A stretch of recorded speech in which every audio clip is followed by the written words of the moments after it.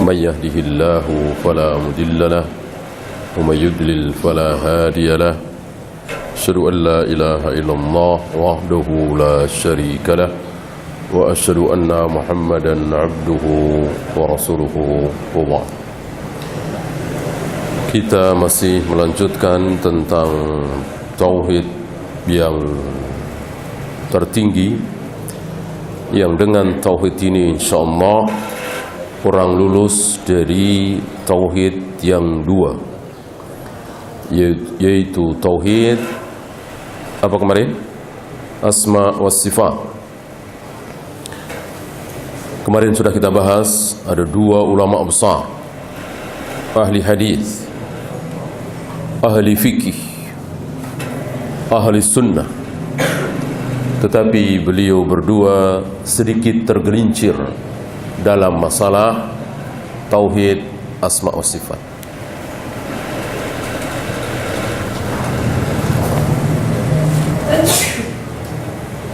Ini menunjukkan bahwa tauhid asma wa sifat adalah tauhid yang sangat tinggi, sehingga orang yang benar tauhid asma wa sifatnya, otomatis rububiyahnya dan uluhiyahnya benar.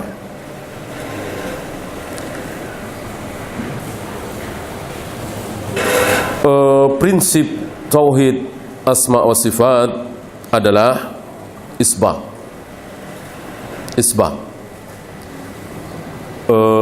Banyak dari kita terkena syubhat Jahmiyah yang di negeri kita ini masuk ke dalam Asy'ariyah. Apa? Terlalu banyak nafi. Padahal dalam Al-Quran dan Sunnah nafi sedikit sekali, menafikan sifat Allah sedikit sekali. Nafi antum tahu ya? Dinafikan. Apa dinafikan? Menafikan. Ya. Nafi. Tidak.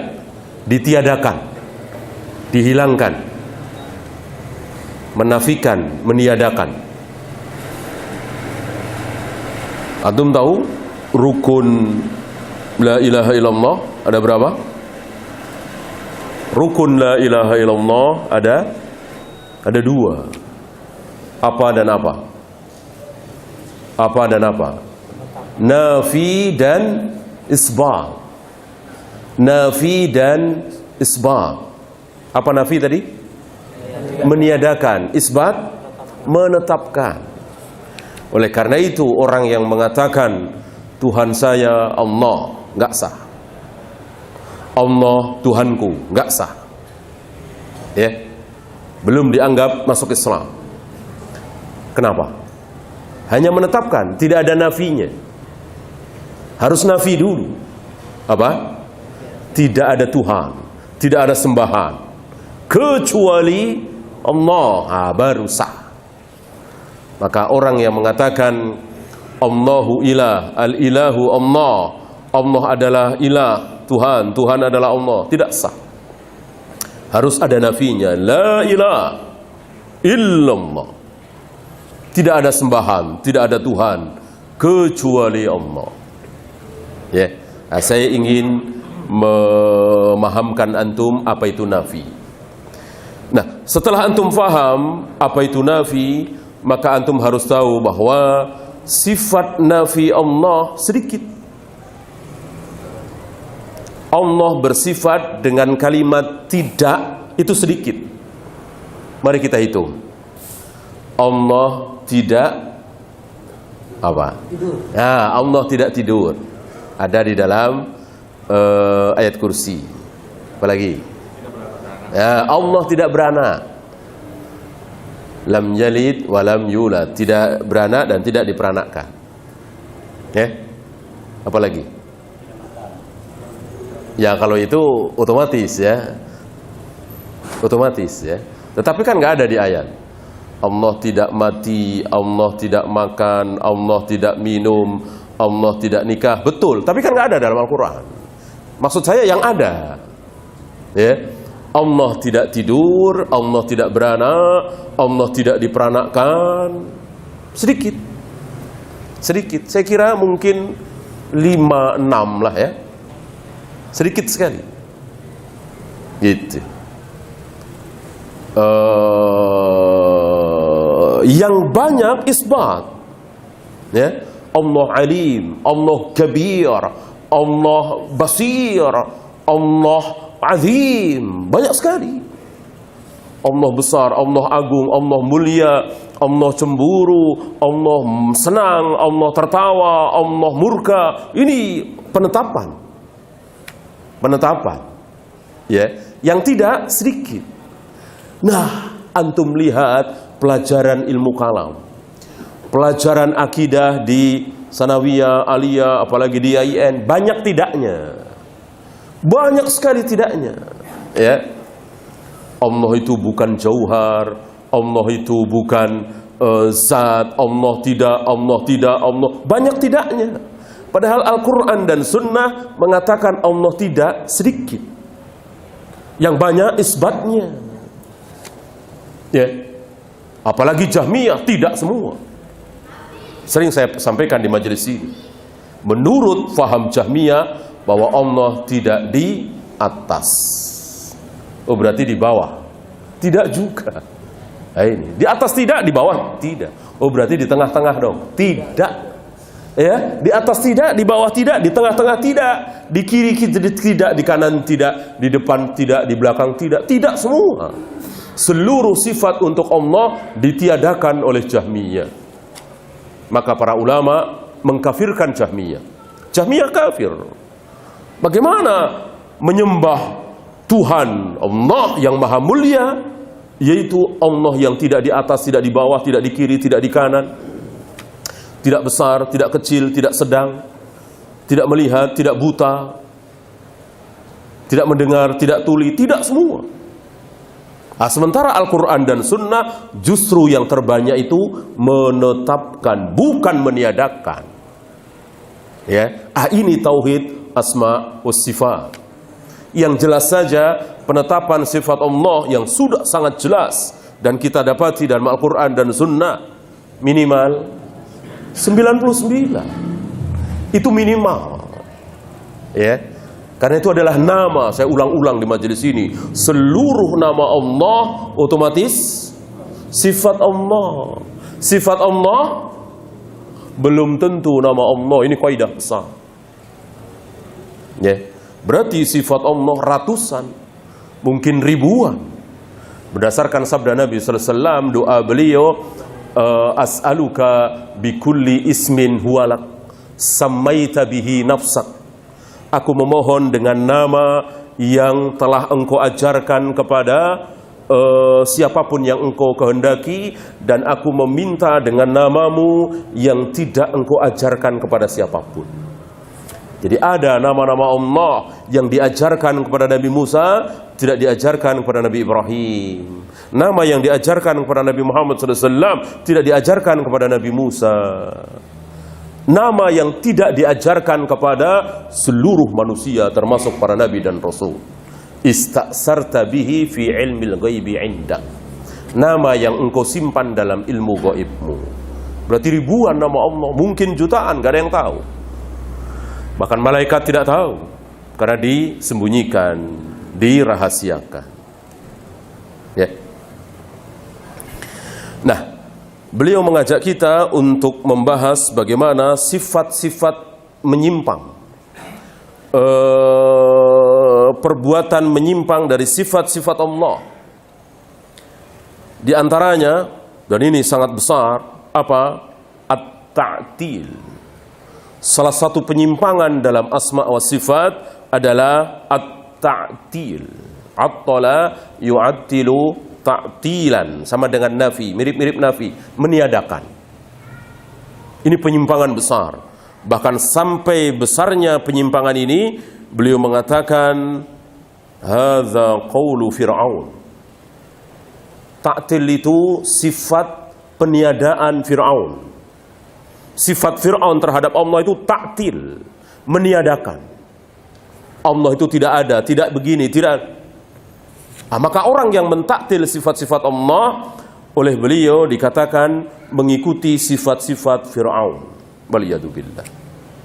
Orang yang mengatakan bahwa Allah tidak di atas, Allah tidak di bawah, Allah tidak pernah marah, Allah tidak pernah senang, Allah tidak cemburu, Allah tidak, ini mengikuti jejak langkah Fir'aun. Ya. Ini hal yang sangat besar, penyimpangan di dalam tauhid asma was sifat, at-ta'til. Maka jangan pernah kita mentaktil. Mentaktil itu meniadakan. Ya. Yang kedua, yang juga sesat adalah tahrif. At-tahrif. Apa tahrif? Merubah. Merubah. Ya. Siapa yang melakukan tahrif? Orang-orang Nasrani. Orang-orang Ahlul Kitab Nasara. Allah mengatakan aku tidak beranak, tapi mereka mengatakan Allah mempunyai anak bernama Isa. Dalam bahasa Ibrani Yeshu. Akhirnya sampai hari ini disebut sebagai Yesus. Dari Isa, nama yang hak yang ada dalam Al-Quran, Isa. Tapi orang-orang Al-Yahud menyebut sebagai Yeshu. Jelas ini, tahrif. Allah bilang begini, dia bilang begini. Ini sifatnya orang-orang Nasrani. Dan ini ditiru oleh sebagian kaum muslimin. Ya. Apa kata Allah tentang arsy? Di mana Allah berada? Apa kata Allah? Ar-Rahmanu 'alal arsy istawa. Allah bersemayam di arsy. Allah berada di arsy. Setidaknya ada 7 ayat dalam Al-Quran. Puluhan hadis Nabi yang menyatakan dengan tegas bahwa Allah berada di satu tempat terbesar di jagat raya ini. Berulang kali saya bandingkan di hadapan antum, cincin, padang pasir, cincin, padang pasir. Kecil sekali dunia ini dibanding dengan kursi Allah. Dan kursi Allah itu kecil sekali dibanding dengan arsy Allah, makhluk terbesar. Di atas arsy itulah Allah berada. Kata siapa? Kata Allah sendiri. Baik dalam Al-Quran dan Sunnah. Lihat, hari ini saudara-saudara kita mengatakan Allah ada di mana-mana. Tahrif. Mengikuti jejak langkah orang Nasara. Allah bilang aku bersemayam di arsy, aku berada di atas arsy. Itu ucapan Nabi, para sahabat, Imam Syafi'i, Imam Bukhari, seluruh a'immah. Dan tidak ada perbedaan dari mulai zaman sahabat, tabi'in, atba'ut tabi'in. Mulai muncul bahwa Allah tidak berada di arsy kira-kira 300 tahun setelah Nabi wafat. Ya. Sebelumnya sepakat kaum muslimin, seluruh para nabi dan rasul, bahwa Allah berada di satu tempat yang paling mulia, yaitu arsy. Lihat hari ini kaum muslimin mengatakan Allah ada di mana-mana. At-tahrif. Dirubah. Allah bilang begini, kita tidak bilang begini. Allah bilang apa, kita bilang apa. Itu at-tahrif. Ya.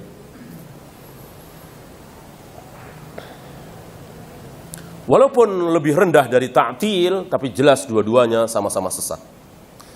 Kita lanjutkan yang ketiga. Apa? Takwil. Takwil ini pun batil. Apa takwil? Allah bilang apa, maksudnya apa, diplesetkan maksudnya. Allah bilang bersemayam. Orang Arab tahu istawa itu apa. Orang Arab tahu. Tidak ada perselisihan. Istawa, berada, bertempat. Bahasa kita bersemayam. Ya. Semua orang tahu istawa itu apa. Nah, ini ditakwil oleh sebagian kaum muslimin yang terkena syubhat falasifah, ahlul kalam, Asy'ariyah, Maturidiyah, apalagi Jahmiyah. Istawa ditafsirkan, ditakwilkan, dirubah menjadi istaula, menguasai. Jadi Allah istawa di atas arsy, maksud mereka Allah menguasai arsy. Berarti kalau Allah menguasai arsy, Allah tidak menguasai bumi, tidak menguasai langit. Kan otomatis begitu kan? Allah menguasai arsy. Berarti Allah tidak menguasai bumi kan? Karena bumi bukan arsy, arsy bukan bumi. Tentu kalimat batin. Allah menguasai seluruh jagat raya alam semesta. Seluruh makhluk adalah kekuasaan Allah, di bawah kekuasaan Allah. Kenapa hanya dikatakan Allah menguasai arsy? Maka istawa diterjemahkan dengan istaula, ini batil min abtalil batil, sebatil-batil ucapan. Ya, dan ini tua, bukan sekarang. Sudah ratusan tahun yang lalu, bahkan 1000 tahun lebih. Menafsirkan istawa dengan istaula. Ya. Sama dengan mentakwil kedua tangan Allah dengan kekuasaan Allah. Ya. Dengan apa Allah menciptakan Adam? Jawab. Dengan kedua tangan. Kata siapa? Kata Allah sendiri. Ma mana'aka antas juda lima khalaqtu biyadayya. Wahai iblis, kenapa engkau tidak mau sujud kepada Adam? Padahal Adam telah aku ciptakan langsung dengan kedua tanganku. Kedua tangan Allah, jelas. Ya. Maka wajib kita katakan persis seperti apa yang Allah katakan. Allah menciptakan Adam dengan kedua tangannya. Ini ditakwil oleh mereka. Tangan yang dimaksud kekuasaan. Ya. Seandainya betul bahwa tangan adalah kekuasaan, berarti Allah menciptakan Adam dengan kekuasaannya. Kira-kira iblis bisa jawab nggak? Kira-kira iblis bisa bantah nggak? Bisa. Bisa. Akan dibalikkan oleh iblis. Ya. Kan Allah menyuruh iblis sujud kepada Adam karena apa? Kata Allah tadi. Karena Adam diciptakan langsung dengan kedua tangan Allah. Nggak ada makhluk yang diciptakan dengan kedua tangan Allah langsung, nggak ada. Langit, gunung, semua kan kun fayakun. Ya, cukup dengan ucapan kun, jadilah. Adapun Adam tidak. Dengan kedua tangan Allah yang mulia, kita nggak tahu seperti apa prosesnya, teknisnya, wallahu alam. Yang penting kita yakini bahwa Adam satu-satunya makhluk Allah yang diciptakan oleh kedua tangan Allah. Maka Adam adalah makhluk Allah yang paling indah, paling bagus. Tidak ada yang seindah sebagus Adam alaihi salatu wassalam. Maka gunung, langit, binatang, jin, semuanya kalah dengan keindahan rupa, fisik, jasad Adam. Ya. Bahkan manusia tidak ada yang seindah Adam. Ya. Ganteng setampan Adam. Sempurna tubuh Adam. Nah, Nabi Yusuf separuhnya. Maka Nabi mengatakan Allah memberikan ketampanan kepada Yusuf separuh ketampanan. Maksudnya separuh dari ketampanan Adam.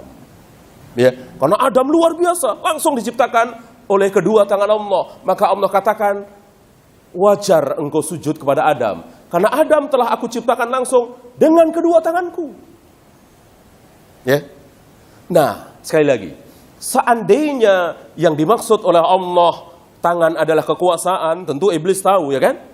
Nah, kira-kira apa jawab iblis?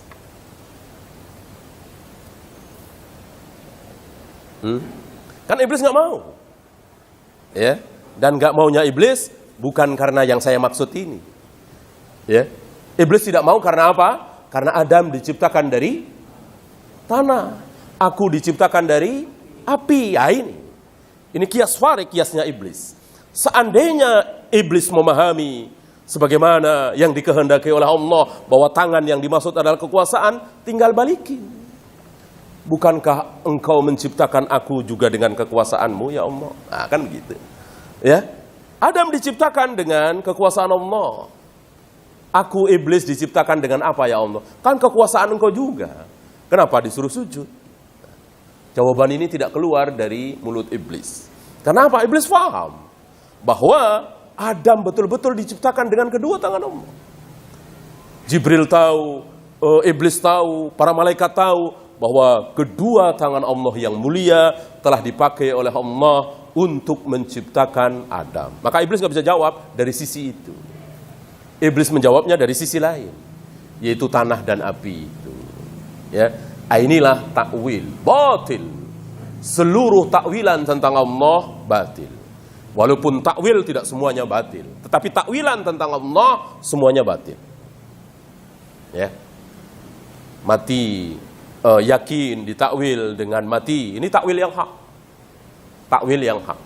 Tapi takwil tentang Allah semuanya batil. Tinggal 5 menit kita sisakan untuk soal jawab. Silakan. Barangkali ada pertanyaan.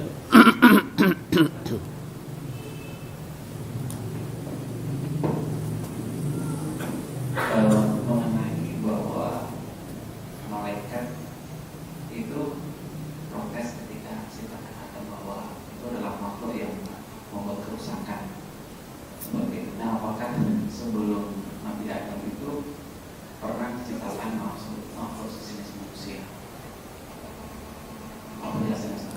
Perlu diluruskan bahwa malaikat tidak protes. Malaikat tidak protes. Karena tidak ada malaikat yang protes. Karena protes itu kan sebuah keburukan. Ya. Seluruh malaikat sami'na wa ata'na terhadap Allah. Yaf'aluna ma yu'marun. Malaikat hanya bertanya.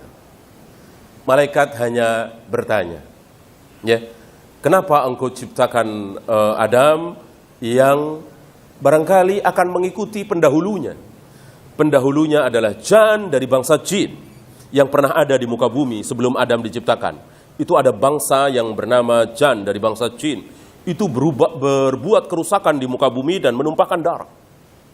Nah, malaikat dengan ilmunya menduga, siapa tahu Adam dan anak cucunya seperti yang lalu, berbuat kerusakan dan menumpahkan darah. Ya. Lalu malaikat menyatakan bahwa kami bertasbih untuk engkau, kami menyembah engkau dan seterusnya. Ya. Jadi ketidaktahuan malaikat, maka bertanya. Dari siyak susunan bahasa Arab yang ada di surat Al-Baqarah itu menunjukkan malaikat tidak protes, tetapi bertanya. Ya. Kenapa malaikat bertanya seperti itu? Karena melihat sebelumnya. Karena jan dari bangsa jin yang pernah ada di muka bumi ini, ya berbuat kerusakan dan menemukan darah. Mungkin Adam juga nggak jauh beda. Gitu. Dan ada riwayat yang masih diperselisihkan, malaikat merasa malu dan salah saat Ibrahim siap menyembelih Ismail. Ismail siap disembelih oleh Ibrahim, ayahnya, demi taat kepada Allah. Ya, Allah mengingatkan, bukankah aku katakan bahwa aku lebih tahu? Ternyata luar biasa, ya kan? Dari anak cucu Adam ada orang-orang yang luar biasa, yaitu para nabi dan rasul. Yang berbuat kerusakan tentu banyak, tetapi ada para nabi dan rasul, manusia-manusia yang sangat luar biasa di dalam taat kepada Allah Rabbul Alamin. Ya, silakan. Assalamualaikum warahmatullahi wabarakatuh. Assalamualaikum warahmatullahi wabarakatuh. Saya ingin menanyakan tentang perintah sujud. Kenapa yang dalam Quran itu disebutkan al-ikulna Lil malaikati. malaikat sujud. Nah, di sini apakah iblis itu termasuk malaikat atau seperti apa? Bukan, bukan. Iblis itu termasuk jin. Ya. Wa kana minal jin. Kan jelas ayatnya. Iblis itu termasuk jenis jin. Fa fasaqa an amri rabbi. Yang berbuat fasik, durhaka kepada Allah. Jadi iblis bukan malaikat. Mungkin kita terkecoh dengan kaidah bahasa Arab, fasajadu illa iblis. Para malaikat semuanya sujud kecuali iblis. Kaidah bahasa Arab tidak sama dengan kaidah bahasa kita. Kalau mengikuti kaidah bahasa kita, mereka semua sujud, para malaikat semuanya sujud kecuali iblis. Berarti iblis malaikat, itu kaidah bahasa kita. Murid-murid semua masuk sekolah kecuali si Budi. Berarti Budi juga murid. Itu kaidah bahasa kita. Tapi bahasa Arab tidak. Ada istisna muttasil, ada yang tidak muttasil. Ini yang tidak muttasil. Ya. Jadi ada kaidah dalam bahasa Arab, murid-murid semua datang kecuali anjingnya. Anjing kan jelas bukan murid. Tapi kaidah ini dalam bahasa Arab ada. Walaupun mungkin aneh. Karena memang bahasa itu dirasa aneh oleh bahasa lainnya. Ya. Nyuwun sewu kan, antum yang bukan orang Jawa kan aneh. Ya. Mosok mau lewat minta 1000, ya kan? Tapi itu kaidah bahasa Jawa.